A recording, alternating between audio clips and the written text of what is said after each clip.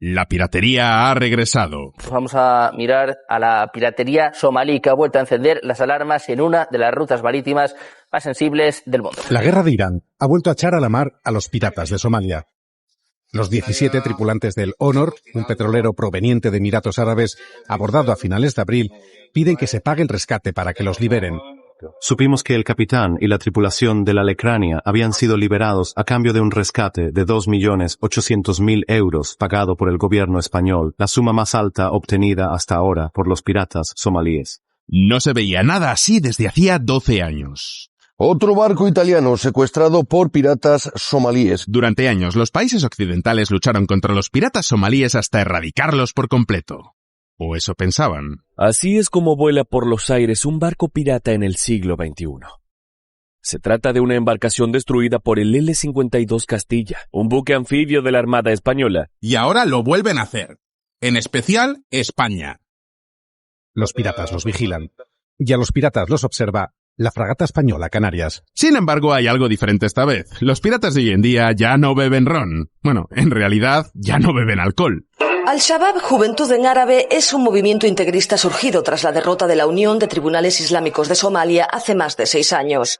Somalia está a punto de convertirse en la versión islámica de Isla Tortuga y el peligro para los marineros no para de aumentar.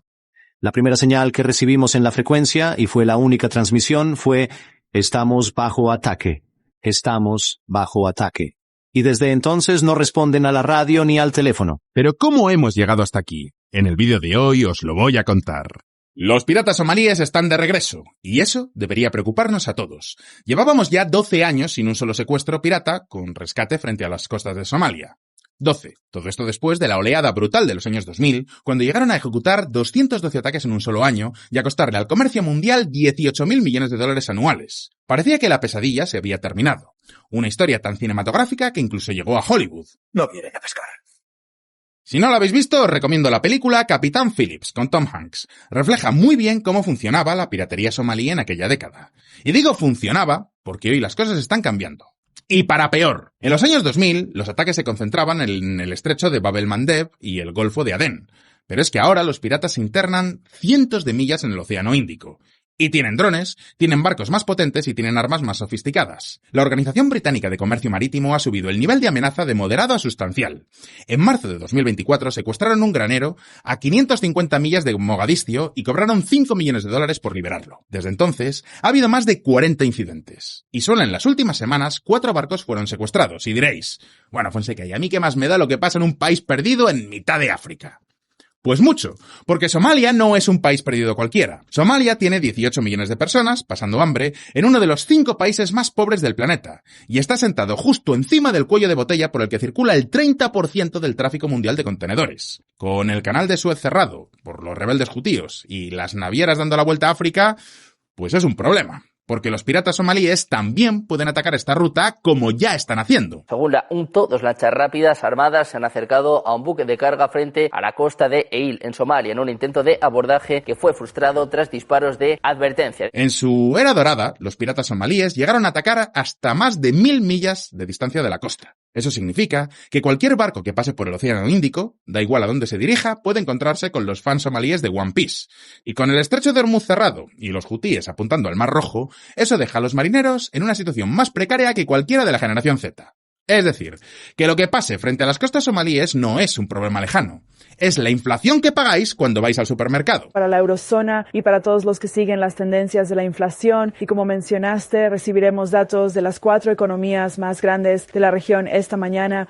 No ocurre muy a menudo que todas se publiquen el mismo día, pero el mensaje será uno que, ya sabes, se filtrará por toda la región. Esperamos repuntes en todas ellas, excepto en Alemania. Allí se prevé una pequeña desaceleración. Pero atentos porque hay más. Mucho más, porque la vuelta de los piratas no es casualidad. La ONU confirmó en febrero de 2025 que los rebeldes hutíes le están pasando armas y entrenamiento a Al-Shabaab, que es la filial de Al-Qaeda en Somalia. ¿A cambio de qué?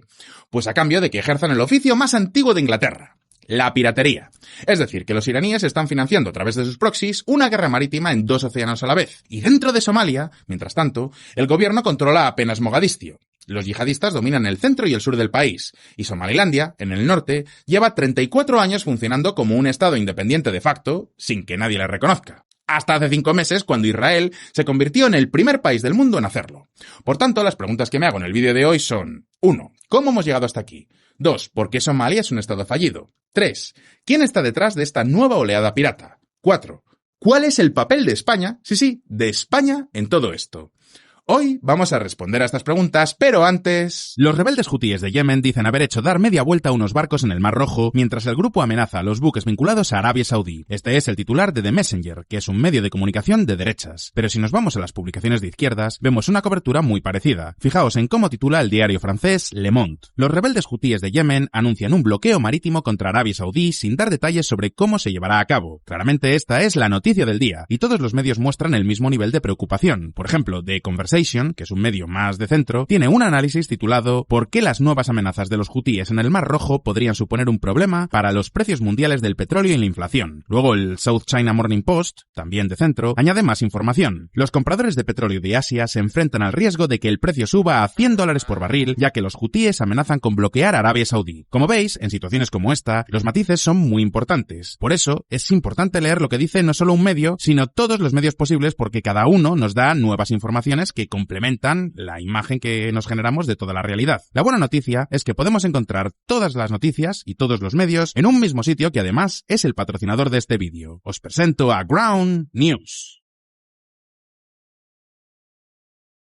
Ground News es una aplicación y página web que recoge las noticias de los principales medios internacionales y te da el contexto necesario para que entiendas qué sesgo tiene cada uno. Es decir, no escriben las noticias ellos mismos, sino que las ordenan. Es un atlas para entender a los medios de comunicación en lengua inglesa de todo el planeta.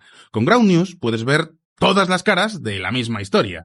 De esta forma, podemos escapar de las cámaras de eco donde nos ponen las redes sociales. Es más, no solo podemos ver el sesgo y la línea editorial de cada periódico, sino también quién está detrás.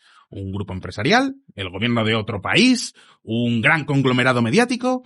Ojo, porque toda esta información es crucial para poder hacerse una imagen realmente fidedigna del mundo que nos rodea y de los intereses que hay cuando nos cuentan la información. Pero no solo eso. Como todos tenemos un sesgo, yo incluido, podemos pinchar en Blind Spot y ver las historias que no se cubren en nuestra cámara de eco. Si sois veteranos seguidores de mi canal, seguro que conocéis Ground News porque son uno de mis principales sponsors. Y eso es porque es un servicio que utilizo a diario y que encaja a la perfección con mi forma de tratar la información. Si os gusta lo que hago, os gustará Ground News y os gustará que más gente lo use, porque de verdad, el mundo sería un lugar mucho mejor si todos tuviéramos un espíritu crítico y estuviéramos mejor informados. Así que tenéis que hacer un regalo a un amigo. Todos tenemos ese amigo con el que siempre discutimos de política. Pues bien, Ground News es una opción fantástica para regalar. Y además, os lo pongo fácil, porque tengo un descuentazo. Básicamente, si usáis el link que os dejo aquí abajo en la descripción, tendréis un descuento muy jugoso. 40% en el plan Vantage, que es el plan que incluye todas las prestaciones. Así que ya sabéis, entrad en ground.news/Fonseca y no solo estaréis apoyando mi canal, sino que también tendréis un 40% de descuento y lo que es más importante, estaréis ayudando a crear un mundo de librepensadores. Y ahora sí, vamos a ver un poco de historia. Soy Fonseca. Bienvenidos a mi canal.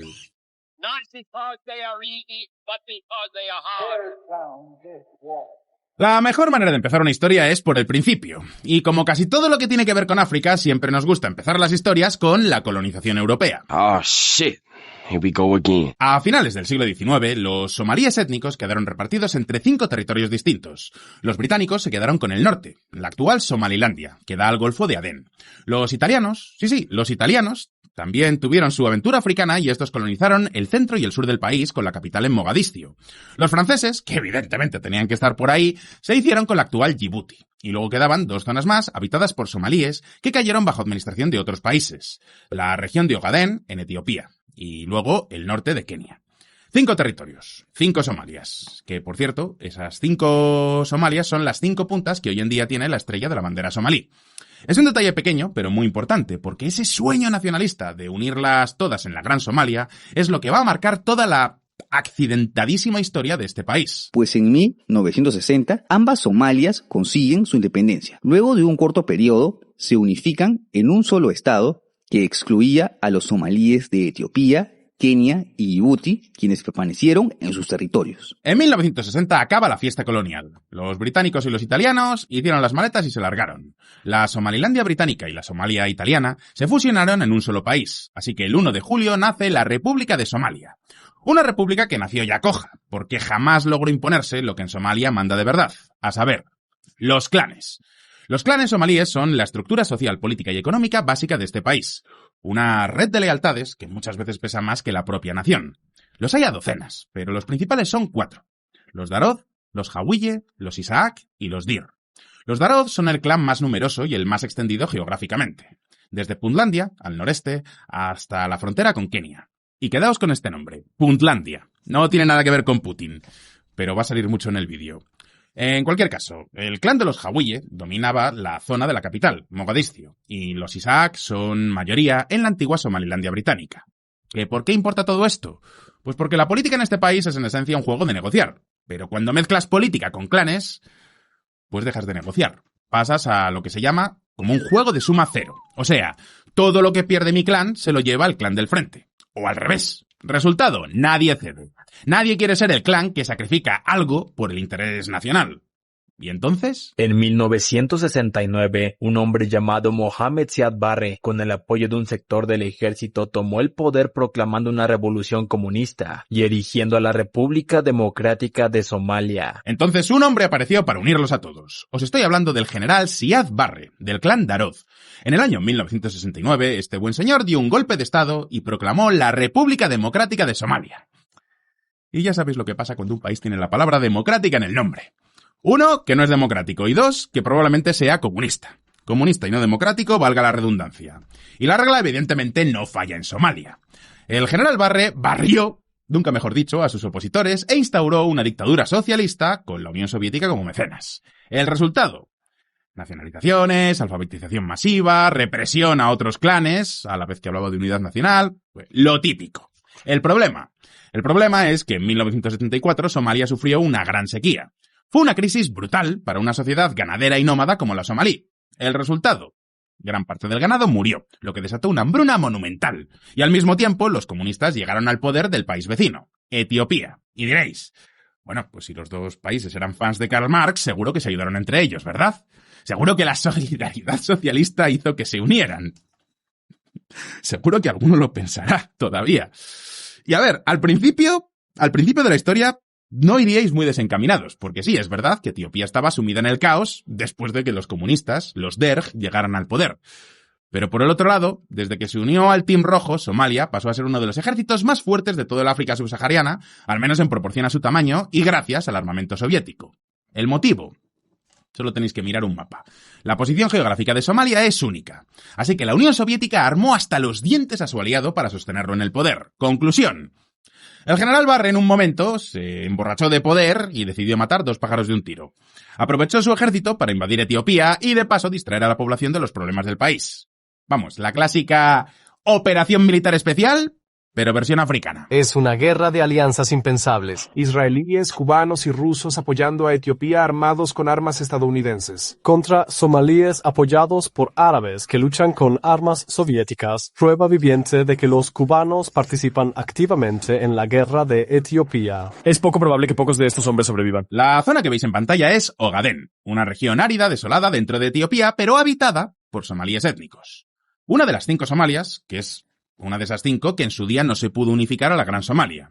Pues bien, ese era el objetivo del general Barre, unir esta región a Somalia. Es un plan perfecto, sin fisuras. El resultado: la guerra fue un auténtico desastre. Etiopía era mucho más estratégica para Moscú que Somalia, así que tanto Cuba como la Unión Soviética intervinieron directamente. Pero del lado etíope.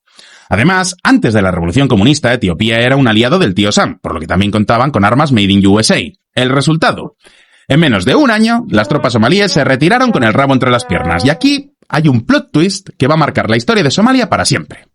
El general Barre, abandonado por Moscú, no podía quedarse solo en plena Guerra Fría. Así que, ¿qué creéis que hizo? Pues una cosa bastante común, por otro lado, en los comunistas: cambiar de bando. Sí, habéis oído bien. El otrora dictador socialista somalí, de la noche a la mañana, se reconvirtió en aliado anticomunista del tío Sam, con un par. Y al tío Sam esto le venía de perlas, porque a fin de cuentas, en el Cuerno de África, Somalia viene muy bien para vigilar el Mar Rojo. Así que el puerto de Berbera, en el norte de Somalia, empezó a recibir cargamentos de armamento norteamericano. Y el general Barre, con la billetera de Ronald Reagan, aguantó otros 12 años más en el poder. Pero esos 12 años no fueron una transición pacífica, para nada. Son los años más oscuros de toda la historia de Somalia. Y aquí entra una palabra que casi nadie asocia con este país. Genocidio. ¿Sí? ¿Habéis oído bien? Los Isaac, que recordad son el clan mayoritario del norte, del territorio que hoy en día es Somalilandia, se habían organizado desde el año 1981 y habían creado un movimiento contra el régimen, el llamado Movimiento Nacional Somalí. ¿Cuál fue la respuesta del general Barre? Pues ya os lo podéis imaginar, intentar exterminarlos. Literalmente. A finales de los años 80, el entonces dictador somalí, el general Siad Barre, lanzó una guerra genocida contra la población del norte de su país. Junto con ella, llegaron detenciones, torturas y el asesinato masivo de civiles. Entre 1987 y 1989, el régimen del general Barre bombardeó sistemáticamente las ciudades del norte del país. Pero bombardear de verdad. O sea, Hargeisa, la capital de la actual Somalilandia y entonces segunda ciudad del país, fue arrasada en un 90%. O sea, la convirtieron en un parking de minusválidos. Desde entonces lo llaman la Dresden de África. Pero es que Curao, la tercera ciudad, fue destruida también en un 70%. Para que os hagáis una idea, las cifras de muertos varían según la fuente entre 50.000 y 200.000 civiles. Y otro 500.000 de refugiados tuvieron que huir a Etiopía. Fue uno de los desplazamientos forzosos más grandes registrados nunca en la historia de África. Que ya es decir. ¿Y qué creéis que hizo Washington? Pues hizo la vista gorda y siguió mandando armas. A fin de cuentas era la Guerra Fría. Si eras anticomunista, seguro que eras buena gente. Algo habrían hecho los otros. Aunque arrasara ciudades enteras del país que decías gobernar. Sin embargo, pues sin dinero soviético y con una economía que todavía seguía siendo socialista, pues Somalia se estaba hundiendo. Así que poco a poco el general Barre, por mucho apoyo que tuviera de los USA, iba perdiendo el control del país. De esta forma, los clanes se rearmaron y en enero de 1991 los milicianos llegaron a Mogadiscio y lo derrocaron. Conclusión. El general Barre tuvo que huir del país y se exilió en Nigeria, donde murió 4 años después. Tras 4 semanas de combate, los rebeldes del Congreso de la Somalia Unificada atacaron ayer el símbolo del poder establecido. Villa Somalia, sede del poder presidencial, domina Mogadiscio, la capital del país. Esta mañana, los violentos combates se hicieron con este palacio. El presidente Siad Barre huyó a bordo de un tanque. Aún se desconoce su destino. Y diréis, pues mira qué bien, a enemigo que huye, puente de plata. Seguro que ahora irían las cosas mejor en Somalia, ¿verdad? Creo que nadie lo piensa. Creo que nadie se espera nada de este país. Creo que todos os esperáis que a cada minuto que os cuente la cosa va a ir a peor, ¿verdad? Bueno, pues hacéis bien. Recordad lo que os digo siempre, el poder no admite vacío. Y ese vacío de poder que había dejado este dictador lo aprovecharon los señores de la guerra, es decir, antiguos generales del régimen, jefes de clanes y oficiales del espionaje. El más famoso de todos era el señor Mohamed Farrah Aidid, antiguo jefe del servicio de inteligencia de Barre, que se hizo con el control de la capital. El resultado: el mismo que cuando Vin mató al Lord Legislador. Es decir, una guerra civil entre los señores de la guerra. Conclusión: entre 1991 y 1992 murieron más de 300.000 somalíes de hambre. Y no fue una hambruna casual. Aidid y compañía usaron los envíos de comida como arma de guerra. Quien controlaba los sacos de arroz controlaba la población. Naciones Unidas, viendo el desastre que se estaba formando, mandó a los cascos azules, y Estados Unidos, ya con Bill Clinton en la Casa Blanca, decidió echar una mano y organizó la llamada Operación Devolver la Esperanza. El 3 de octubre de 1993, las Fuerzas Especiales norteamericanas montaron una operación para capturar a 2 lugartenientes del general del señor Aidid. La misión, calculada para 1 hora, se convirtió en una pesadilla que duró 15 horas. En esas 15 horas, 2 helicópteros Black Hawk fueron derribados, 18 soldados americanos murieron, y lo peor para Washington fueron las imágenes de cuerpos de soldados estadounidenses arrastrados por las calles de Mogadiscio, imágenes que fueron retransmitidas en bucle por la CNN. De hecho, tenéis una película de Ridley Scott que se llama Black Hawk derribado, que es muy recomendable, que narra estas 15 horas de auténtico infierno. El golpe de imagen fue tan brutal que Bill Clinton ordenó la retirada total al año siguiente. Y a partir de ahí, Estados Unidos tomó una decisión silenciosa, pero histórica. Una decisión de la que a duras penas se ha hablado, pero que ha marcado la historia de Estados Unidos en este continente. A saber, nunca volverían a poner botas sobre el terreno en África. Adiós al...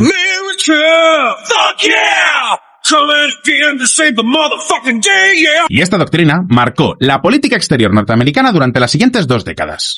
Lo cual, dicho sea de paso, también nos ayuda a entender por qué incluso hoy, cuando se lucha contra los hutíes, Washington manda misiles pero no soldados. Si os dais cuenta, veréis que Estados Unidos ha intervenido en un montón de conflictos. En Oriente Medio, en distintos países asiáticos... Pero ¿a que no habéis visto nunca tropas americanas en África? Pues es por esto. Aidid, por cierto, no llegó a saborear la victoria del Black Hawk derribado durante mucho tiempo, porque murió en agosto de 1996 en otro tiroteo en Mogadiscio. Pero el desastre en Somalia no terminó con la retirada americana. Para nada. Es más, terminó de empezar. Sin Estado, sin ONU, y sin americanos, y sin nadie. El país se quedó más solo que un incel en una conferencia feminista. Y se mantuvo así durante 20 años. Desde el año 1991 hasta 2012. 2 décadas de vacío institucional total. Durante ese tiempo se decía que Somalia era el único lugar del mundo donde había una anarquía prácticamente pura. Y esto fue tiempo más que de sobra para que se incubaran 2 cosas. Y no, ninguna de ellas es que la gente se organizara en comunas autogestionadas y vivieran en paz y armonía. Ni tampoco que vivieran en una utopía narcocapitalista con empresas privadas, no. Lo que ocurrió fue que los yihadistas de Al-Sahab, o sea, una filial de Al-Qaeda, se aprovecharon del caos a partir de 2006, para quedarse con buena parte del centro y el sur del país. Al-Shabaab, Juventud en Árabe, es un movimiento integrista surgido tras la derrota de la Unión de Tribunales Islámicos de Somalia hace más de 6 años. Su objetivo es la instauración de un Estado Islámico de corte wahhabí en el Cuerno de África. Su nombre aparece en la lista de organizaciones terroristas del gobierno estadounidense. Desde 2008 controla buena parte del país. Y la segunda, que es la que nos interesa hoy, es que surgieron los primeros piratas. Aparecieron mucho antes, en realidad, cuando alguien en aquellas costas se dio cuenta de que el Estado había desaparecido del mar. La economía somalí estaba en ruinas. En la costa, la pesca era la única forma de vida. Así que cuando el Estado desapareció, llegaron los pesqueros extranjeros ilegales que arrasaban los caladeros de pesca, y también los buques que vertían sus residuos tóxicos. A fin de cuentas, ¿qué policía había para evitar que lo hicieran? Es decir, que no solo estaban robando su única fuente de ingresos a los pescadores somalíes, es que también les estaban envenenando sus aguas. El resultado: no tendrían comida, pero sí tenían armas para dar y vender. Así que los pescadores cogieron sus barcas y empezaron a disparar a todos los barcos que entraban en sus aguas de manera ilegal para ahuyentarlos. Porque es el héroe que Gotham se merece. Pero no el que necesita ahora mismo. Pero pronto a alguien se le incendió la bombilla y empezó a hacer cuentas. Somalia está en el Golfo de Adén, que resulta que es una de las rutas marítimas más transitadas del planeta. Recordad que por aquí pasan un montón de petroleros que van en dirección hacia el Canal de Suez. Y si podían abordar pesqueros furtivos, ¿por qué no iban a abordar presas más jugosas? Así que dicho y hecho, en pocos años el negocio se profesionalizó. ¿Y de qué manera? Porque la piratería somalí se convirtió en una organización criminal con división del trabajo perfecta. Por un lado los piratas, lanchas rápidas, buques nodriza, abordaje, rehenes, rescates millonarios, pero por el otro, y atentos que esto es lo más fascinante, montaron una auténtica bolsa de valores. Sí, o sea, una bolsa como la de Wall Street, como la de Londres, como la de Tokio. Una bolsa para pequeños inversores. De esta forma, los pequeños ahorradores somalíes podían meter dinero en armas, munición o combustible para financiar un asalto. Si el asalto salía bien, recuperaban su inversión con beneficios, y si salía mal, perdían. Capitalismo de riesgo aplicado a la piratería. Eran la versión Jack Sparrow de un criptobro. Y todo esto estaba respaldado, por debajo, por clanes, empresarios locales y funcionarios corruptos, dando así a una época dorada para la piratería en pleno siglo XXI. Durante la década de los años 2000, Somalia se convirtió en la versión africana de One Piece. Miles de marineros capturados o tiroteados. Rescates millonarios. Las navieras tuvieron que contratar guardias armados, asumir rutas más largas y pagar primas de seguros disparadas. En el pico de la piratería, que llegó en el año 2011, los piratas somalíes ejecutaron 212 ataques. O sea, 212 ataques. Otro barco italiano secuestrado por piratas somalíes. Se trata de un carguero que transportaba productos químicos que fue interceptado el martes frente a la costa de Omán. Para que os hagáis una idea, un estudio del Banco Mundial calculó que la piratería somalí le costaba a la economía mundial alrededor de 18.000 millones de dólares al año, con cifras que se acercaban a niveles nachovidalianos. Lógicamente, Occidente tuvo que mover ficha. Estados Unidos, la Unión Europea y la OTAN desplegaron buques. Y al mismo tiempo, dentro de Somalia, la nueva República Federal, reconstruida a partir de 2012, empezó a recuperar parte del control. La pregunta es, ¿Funcionó? Pues ahora mismo lo vamos a ver. Una botella de ron. La principal misión europea contra la piratería somalí es la llamada Operación Atalanta. Bueno, el nombre oficial era EUNAVFOR Somalia. ¿Qué queréis que os diga? Yo personalmente prefiero el nombre de Atalanta. Suena mucho más sexy. Esta operación fue lanzada en diciembre del año 2008. ¿Y sabéis quién tomó la iniciativa? Pues seguro que no lo vais a adivinar.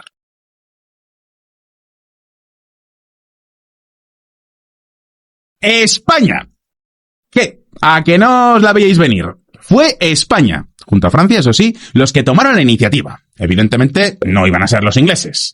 Desde entonces, España ha sido el motor político y operativo de esta misión. Así es como vuela por los aires un barco pirata en el siglo XXI. Se trata de una embarcación destruida por el L-52 Castilla, un buque anfibio de la Armada Española que participa de la Operación Atalanta. Para que os hagáis una idea, España aporta unos 350 militares y diversos medios que incluyen fragatas, helicópteros, aviones y... en fin, vamos, de todo, que es el único país de la Unión Europea que ha mantenido participación ininterrumpida desde el año 1. Y desde el año 2019, ojo a esto, el cuartel general de operaciones está en la base naval de Rota. Y diréis, ¿por qué? Pues por el Brexit. El cuartel antes estaba en Northwood, Reino Unido, pero al irse los británicos de la Unión Europea, la operación se tuvo que mudar. Ya os he dicho que a los británicos no les va mucho eso de luchar contra la piratería. Vamos a dejarlo ahí. Y España y Francia entonces movieron ficha. Así que el cuartel general de Rota y el centro de seguridad marítima está en Brest. Ahora, el 40% del centenar de militares que hay en el cuartel son españoles. De hecho, la Armada también ha desplegado en la zona unidades de élite como la Fuerza de Guerra Naval Especial, especializada en operaciones de abordaje y de rescate. Y ya sé lo que os estaréis preguntando. ¿Ha funcionado esta operación? Hombre, por favor, estamos hablando de...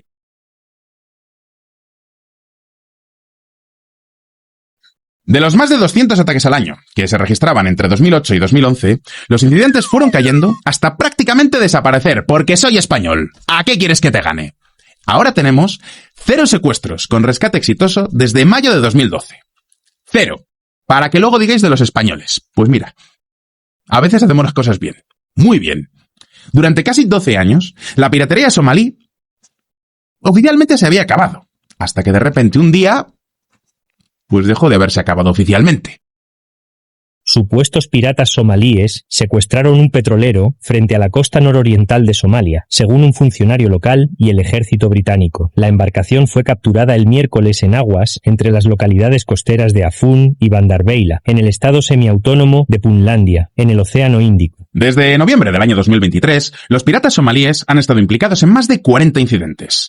Evidentemente, esto es mucho menos que lo que veíamos en el año 2011, pero es una subida después de que los españoles hubiéramos acabado con la piratería.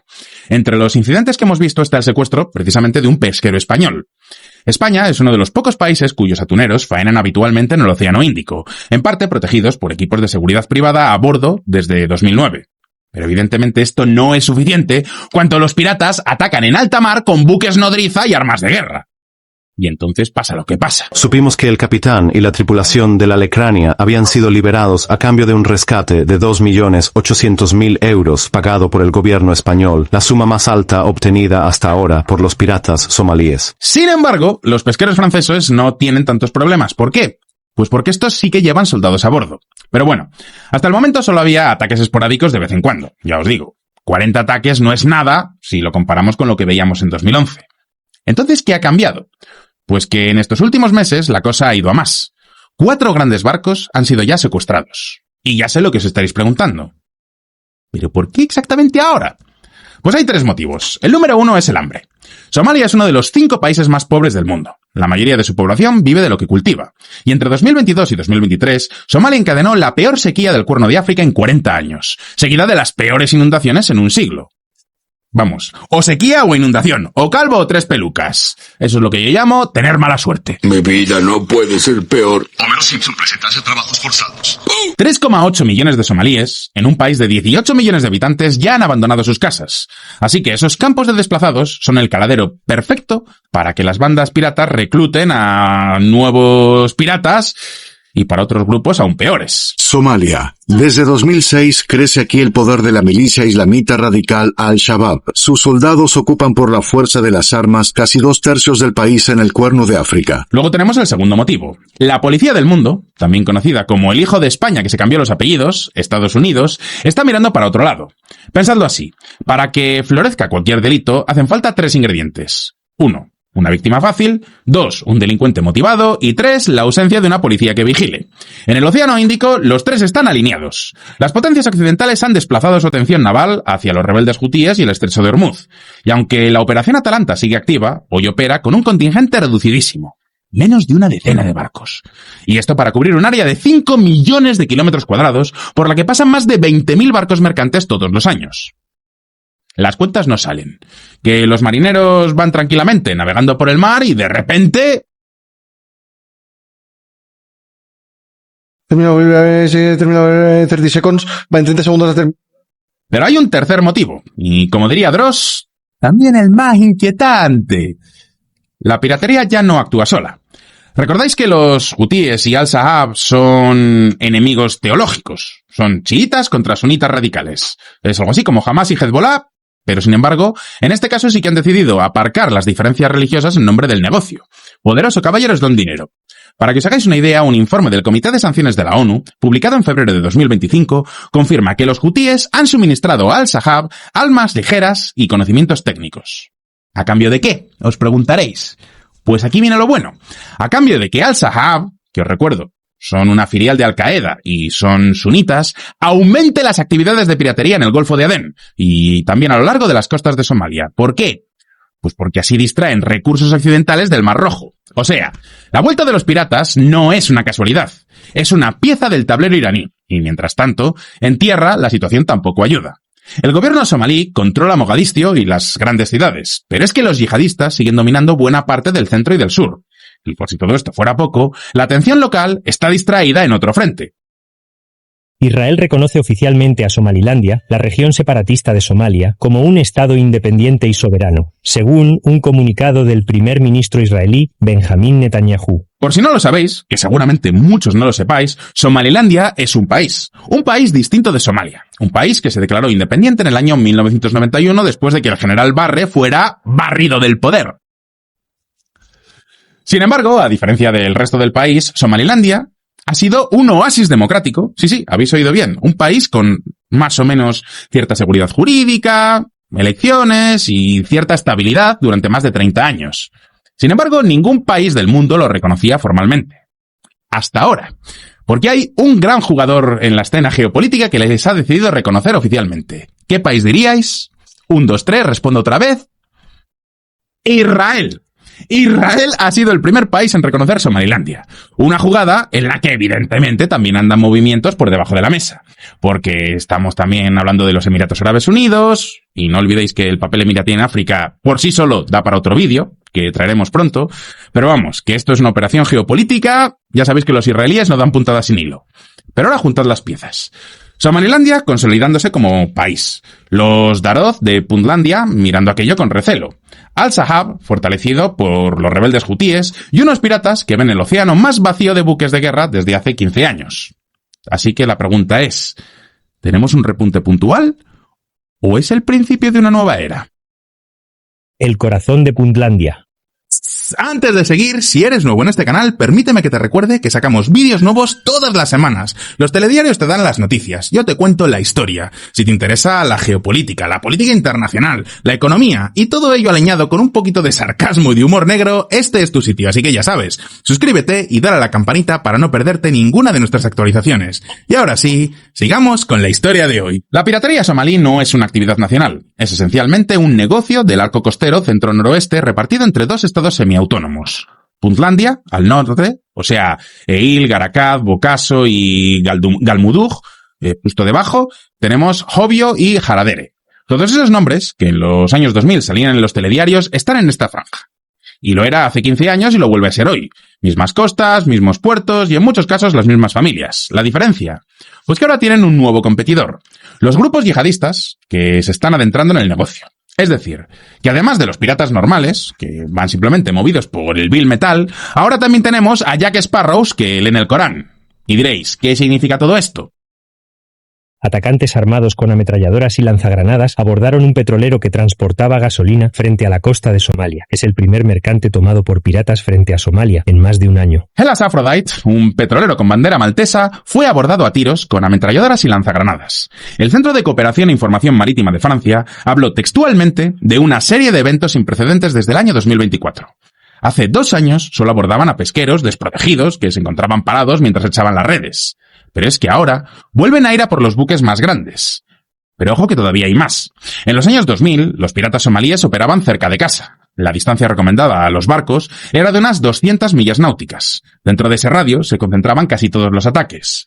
Pero es que hoy, esa zona segura, o esa zona insegura, vamos a decir, se ha multiplicado por 5. Las autoridades marítimas internacionales recomiendan ahora mantenerse a más de 1000 millas náuticas.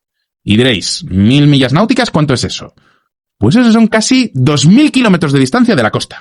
O sea, es como Madrid-Praga, por ejemplo, pero por mar. Y diréis, ¿cómo es posible? Pues porque ahora los piratas modernos ya no salen a alta mar desde la playa, en sus lanchitas. Lo que hacen es secuestrar primero un pesquero grande, por ejemplo un Dove, y utilizarlo como base flotante. Como son tan comunes en esta zona, les sirven para camuflarse. Y desde ese buque nodriza, en pleno océano, pueden desplegar sus lanchas más rápidas para abordar mercantes a distancias que antes parecían imposibles. Y como las fuerzas de la Operación Atalanta han ido cayendo, pues ahora es mucho más fácil secuestrar este tipo de barcos. Es decir, que esto no solamente afecta a los buques que pasan por el Mar Rojo, es que también afecta a los que se dirigen al Cabo de Buena Esperanza. Ya lo dijo el Banco Mundial en su informe sobre la piratería somalí. La piratería es un síntoma de la descomposición del sistema político de Somalia. Frase exacta. Y eso significa una cosa muy concreta. Se puede mandar todas las fragatas que se quieran al Océano Índico, pero mientras Somalia siga siendo un estado fallido, en cuanto los buques se vayan, los piratas volverán. Como han vuelto ahora. Y recordad cómo está la situación en tierra.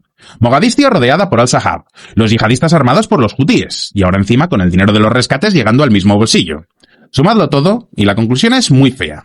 La nueva ola pirata no solo amenaza el comercio mundial.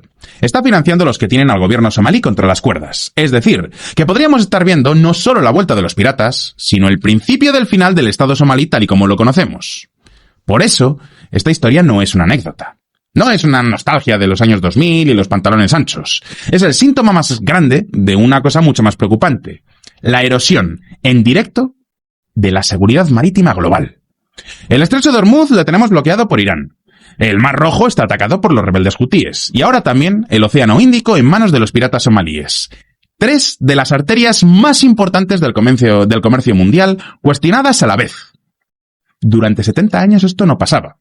Estados Unidos y sus aliados se encargaban de patrullar el planeta entero para que el comercio fluyera. Y el resto del mundo se benefició gratis de este nuevo orden mundial. Pero con cada vez más frentes abiertos, mantener ese orden sale cada vez más caro. Y cuando el sheriff afloja, ¿qué es lo que pasa? Pues que todo el mundo se anima a sacar el sombrero de pirata. Que el oficio del Monkey Luffy vuelve a tener futuro. Así que ahora, llegados a este punto, el turno es para vosotros. Os dejo 2 preguntas para los comentarios. 1. ¿Pensáis que esta vez los piratas han vuelto para quedarse? ¿O se trata de un repunte que se apagará solo? Y 2, la más jugosa. Si tuvierais que apostar, ¿qué cae antes? ¿El gobierno somalí, en manos de Al-Shahab, o el Mar Rojo en manos de los rebeldes hutíes? Os leo en los comentarios y... antes de terminar, vamos con la sección más personal de este canal. Vamos con... OnlyFans. Bienvenidos a OnlyFans, la sección donde hago fe de ratas, doy noticias del canal y respondo a vuestras preguntas.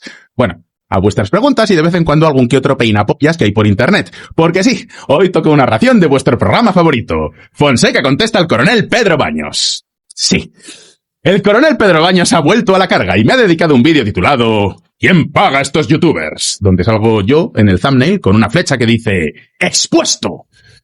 Y evidentemente, cuando me han expuesto, pues es que no puedo quedarme callado. Coge esto, chico. Creo que se acaba de declarar la guerra. Y ya sé que muchos me vais a decir, no hay mayor desprecio que no hacer aprecio. Pero es que, a ver, yo no quiero despreciar a Pedro Baños, ¿no me entendéis? Yo quiero celebrar. Quiero celebrarlo porque estas palabras que me he dedicado son auténtico oro de YouTube. Y es que veréis, cuando alguien se humilla voluntariamente de esta manera, lo mejor que podemos hacer es burlarnos de él. Quiero decir, la vida es demasiado dura y a veces demasiado triste como para no disfrutar de píldoras de humor como estas. Ya lo hemos hablado muchas veces, que hay youtubers, influencers, que viven del anglosionismo y que viven muy bien. Porque además, como sabéis, que les potencian y de repente sacan un vídeo de 20 minutos y es algo técnicamente imposible que a la hora tengan 300.000 o 400.000 o 500.000 visualizaciones y tengan 30.000 o 40.000 likes. Técnicamente es imposible, pero lo consiguen. Tú sabes que en estas plataformas se puede conseguir absolutamente todo. Me encanta que dice que es técnicamente imposible. O sea, que no lo sabíais, pero hay un principio técnico de Internet que hace que sea imposible hacer 300.000 visualizaciones en 2 horas en un vídeo. Es el principio de... ¿Cómo se llama? Los 10 mandamientos. Creo que es el 5º o el 6º mandamiento que dice no harás más de 300.000 visualizaciones en un vídeo. Y desde entonces, pues que no se puede. Es lo que hay. En serio, Pedro Baños, de verdad que me encanta que me critiques señalando exactamente eso que más envidias de mí. Vamos, que si fueras mi vecino y me escucharas teniendo sexo todos los días, dirías... Tiene que haber gato encerrado. Es técnicamente imposible que una erección dure más de 20 segundos. Pero vale, vamos a ver el resto de tu argumentación, porque ya os digo que es canela en rama. Os recuerdo que en este vídeo Pedro Baños está hablando de quién paga a estos youtubers y va a revelar quién está detrás de mi canal. Me va a exponer. Atentos. Este que tanto va de patriota lleva desde 2013 en un país de la Unión Europea donde él dice que fue, ya sabéis, para ampliar el círculo de sus amistades. Pero ¿cuándo he dicho yo que me fuera a Praga a aumentar el círculo de mis amistades? O sea, ¿en qué entrevista? ¿A quién le he dicho yo semejante tontería? Quiero decir, ¿qué persona dice, me voy a mudar a otro país a aumentar mi círculo de amistades? Uno se muda normalmente pues, por motivos económicos, motivos familiares, porque su mujer, su marido ha encontrado trabajo en otro sitio, o porque no encontró trabajo donde estaba, o porque la situación económica en su país era muy mala. Y a ver, ¿qué pasaba en España en el año en el que yo me mudé a República Checa, que era el año 2013? 1, 2, 3, respondo otra vez. Oh, vaya, resulta que había una crisis económica brutal, que España tenía un paro juvenil de más del 50%. No hace falta ser Sherlock Holmes para entender mis razones para mudarme. Pero es verdad que a veces la realidad está escondida bajo un manto de obviedades, y el coronel Pedro Baños me ha desenmascarado. No, fue para que allí se puede cobrar de este anglosionismo, evadiendo a la Hacienda española y luego pagando unos impuestos ridículos, el que habla de patriotas. ¿Y qué es ese patriota que venga a España y que pague los impuestos en España como los pagamos los demás? Vale. Y a mí me paga el anglosionismo. O sea, así, el anglosionismo. A mí todas las semanas me llega un señor a casa y dice, toc toc, hola, muy buenas, soy el anglosionismo, que vengo a pagarte, aquí tiene usted el cheque. Lógicamente una afirmación así es imposible de demostrar y a la vez imposible de refutar porque, claro, si yo ahora os digo que solo vivo de mis anunciantes, incluso si os presentara pruebas, facturas, lo que fuera, pues entonces Pedro Baños podría decir que es que los anunciantes son el anglosionismo, porque sabe Dios quién es el anglosionismo. Quiero decir, ¿me patrocina un banco? Pues ya está, el anglosionismo está detrás. ¿Me patrocina una tarjeta de SIM? Pues anglosionistas, y así con todo.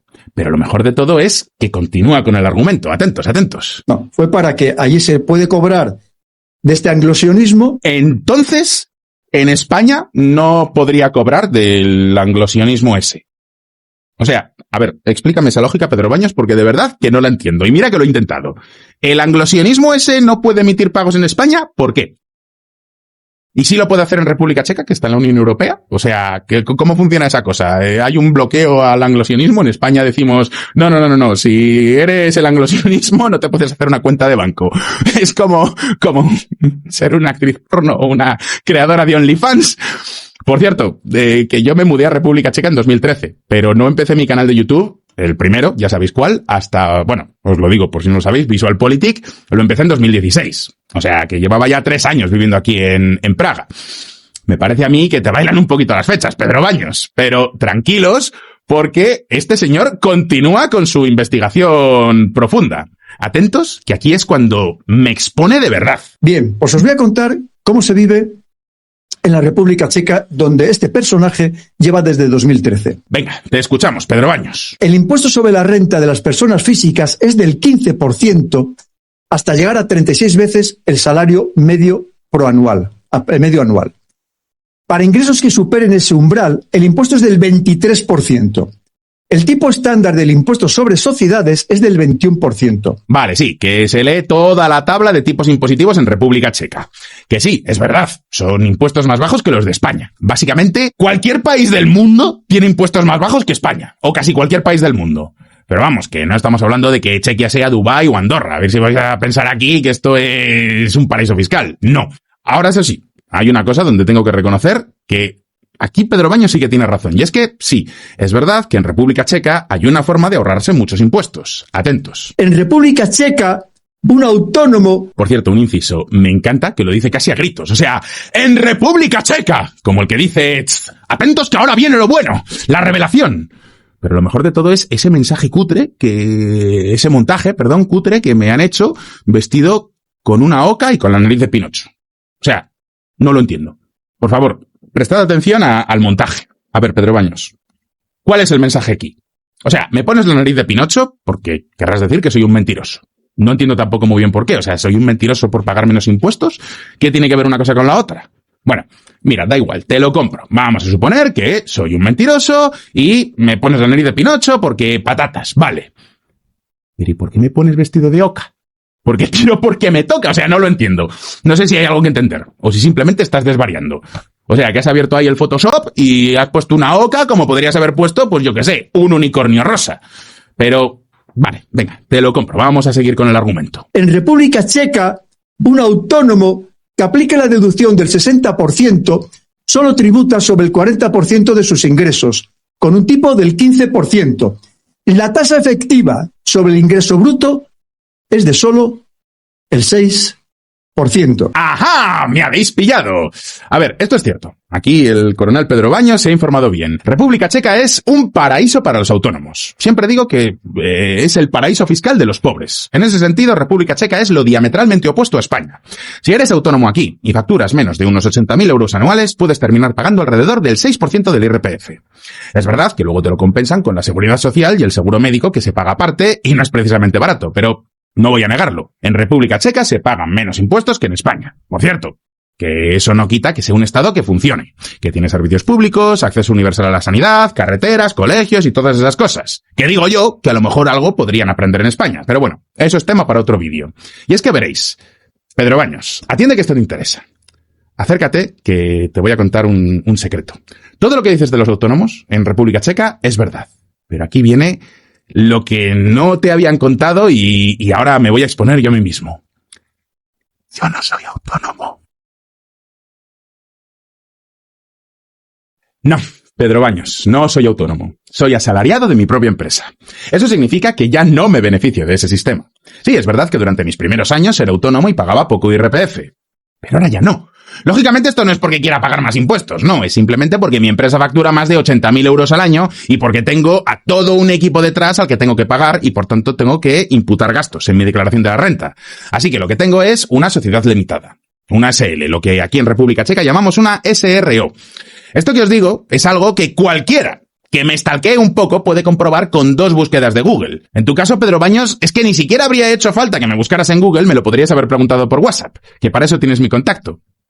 Sí, es que esto, no sé si lo sabéis, pero hace años Pedro Baños me contrató para que colaborase en un programa que estaba haciendo por la televisión. La Mesa del Coronel, se llamaba. De hecho, llegamos a salir, yo y mis antiguos compañeros, en un par de pilotos que publicaron. Y por cierto, que en esa época Pedro Baños me soltaba todas las lindezas. ¿Qué trabajo más fantástico estáis haciendo? Bueno, si es que tengo literalmente mensajes privados de WhatsApp de Pedro Baños de hace un año diciéndome, sí, lo estás haciendo muy bien. Sin embargo, ahora hace este vídeo hablando como si no me conociera. Los que sigan a Fonseca, que me parece muy bien que le sigan, que sepan que está apoyando a un traidor a España, que no paga los impuestos en España, que debería si estuviera aquí. Y que lleva haciéndolo ya durante 13 años, desde 2013. Bueno, chavales, pues ya sabéis, los que vivimos en otro país somos traidores a la patria. Eso incluye, por supuesto, a todos los youtubers que viven en Andorra, muchos de los cuales han hecho colaboraciones con Pedro Baños, o a cualquiera de vosotros que vive en otro país. Todos sois escoria traidora. Pero, vale, eso es una opinión, mira, cada uno que piense lo que quiera. Pero ahora vamos a lo que realmente me indigna de este vídeo. Pero que nadie presuma de patriota estando en lugares donde se ha ido para no pagar impuestos y para cobrar sin que lo sepamos o lo sepa la Hacienda española. Hay mucha gente que tiene la información pero no quiere sacarla a la luz. Vamos por partes. De entrada, no. Pedro Baños no está sacando a la luz nada. Todo el mundo sabe que vivo en República Checa. No has descubierto América. Segundo, no, nunca he presumido de ser patriota. De hecho, si te molestas en ver alguna entrevista, verás que siempre digo a todos los jóvenes que lo mejor que pueden hacer es marcharse de España. Pero tercero, alguien como tú debería saber que dentro de la Unión Europea se comparte la información fiscal. Es decir, que si yo estuviera haciendo algo fraudulento, se me caería el pelo igual aquí que en España. Vale. Hasta aquí la parte graciosa del vídeo. Claramente, Pedro Baños es un señor que desvaría y que de hecho ya está perdiendo toda su credibilidad. Que me pueden matar civilmente, que me pueden matar físicamente, que como él mismo dice, no es que me lo invente yo, y voy a poner su tuit, que sirve a la OTAN. Mira, Pedro Baños, yo nunca he dicho que sirva a la OTAN. O sea, lo dice textualmente, no, nunca lo he dicho. Pero ¿sabes quién sí sirve a la OTAN? ¿O quién sí debería servir a la OTAN? ¡Tú! ¡Atontao! ¡Tú! ¿No te das cuenta, coronel Pedro Baños? No sé si lo sabes, pero España está en la OTAN. Así que tú, cuando entraste en el ejército, aceptaste defender a España y a todas las alianzas en las que está España, incluida la OTAN. Es decir, que si España entrara en guerra con otro país, pensadlo así, hay un momento en el que si España hubiera entrado en guerra con otro país, nos habría estado defendiendo este señor. Allí se puede cobrar de este anglosionismo evadiendo a la Hacienda española y luego pagando unos impuestos ridículos. ¿Que dónde paga impuestos Pedro Baños? Pues yo francamente no lo sé. Lo que sí sé es que como exoficial del ejército, este señor cobra o ha cobrado una pensión del Estado. Pensión que estáis pagando vosotros con vuestros impuestos y vuestras contribuciones a la seguridad social si es que tributáis en España. Por lo menos a mí no me habéis pagado el sueldo. Sin embargo, en la época en la que Pedro Baños era coronel, una persona de su rango podría estar cobrando perfectamente entre 65.000 y 70.000 euros al año. O sea, más o menos un sueldo similar al que hacía el presidente del gobierno en aquella época. Ahora, imaginad la pensión de jubilación que estaréis pagando a un señor que, por otro lado, presume de ser el azote de la misma alianza militar que él juró defender. Pero lo peor de todo no es eso. Lo peor es todo lo que esto significa. Esto significa que Pedro Baños ha llegado a coronel del ejército. Y no, el cargo de coronel no es algo que se consigue ganando unas elecciones. Quiero decir, no es que sea un demagogo que ha engatusado a los votantes vendiéndoles humo. Que, bueno, pues podrías decir, mira, lo han elegido, pues con su pan se lo coman. De hecho, esto es mucho peor que lo de José Luis Ábalos. Porque las putas de Ábalos son un caso de corrupción que se puede perseguir con la justicia como se está haciendo. Pero es que esto no es corrupción. Esto es un sistema que está diseñado para generar a señores como Pedro Baños. Es decir, hay un sistema meritocrático, o supuestamente meritocrático, que ha llevado a este tipo a llegar a ser oficial de altísimo rango del ejército. Así que la pregunta que cabe hacerse es, ¿cuánta gente más habrá como Pedro Baños que no conocemos? Ojo, es que es para empezar a hacernos unas cuantas preguntas incómodas. ¿Cómo es posible que alguien con la, no sé cómo decirlo, capacidad intelectual de Pedro Baños, guiño guiño, haya llegado a coronel? Porque claramente, si alguien así puede escalar tan alto, hay algo que está fallando en nuestro ejército y probablemente en muchas otras partes de nuestro estado. O sea, estamos hablando de un señor que es, de entrada, desleal. Porque le guste o no, España está en la OTAN. Que además habla inventándose cosas, porque no tiene ninguna prueba de que a mí me esté pagando la OTAN o el anglosionismo o lo que coño sea, y que encima está demostrando ser un incompetente y bastante poco inteligente, por no decir otra cosa peor. Pero que, sin embargo, ha llegado a cobrar, ojito, un sueldo de directivo ocupando un cargo de altísimo nivel, pagado por todos vosotros. O sea, no es que fuera un soldado raso, es que era un coronel del ejército de España. ¿Qué quieres que os diga? Y esto sé que va a sonar muy controvertido, pero yo prefiero pagarle las putas a Ábalos que pagar el sueldo de un coronel tan incompetente. Porque lo de las putas, pues mira, al final es simplemente dinero. Es dinero que nos han robado, fin. Pero es que aquí no solamente es dinero que se está yendo a pagar a gente que hace lo mismo. Incluso peor, es que esa persona, ese coronel, tiene responsabilidades. Quiero decir, Jessica, la sugar baby de Ábalos, pues bueno, cobraba, pero al menos no tomaba decisiones. Este señor sí ha tomado decisiones que han afectado a la vida de los españoles. Así que, como veis, el problema no es solo que en España se paguen muchos impuestos. El problema es que todos esos impuestos van a pagar el sueldo de gente como Pedro Baños, que tiene nula preparación. Y es algo técnicamente imposible que a la hora tengan 300.000 o 400.000 o 500.000 visualizaciones. Así que a todos los autónomos que viváis en España, la próxima vez que os toque hacer la trimestral, recordad que le vais a pagar el sueldo a gente tan brillante como Pedro Baños, que sabe Dios cuántos tenemos en la administración.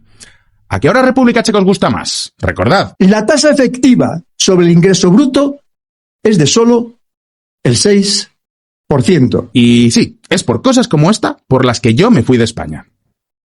Así que llegados a este punto, recordad que me podéis enviar vuestras cuestiones en los comentarios del canal o a mi Twitter personal, que es @sr_Fonseca.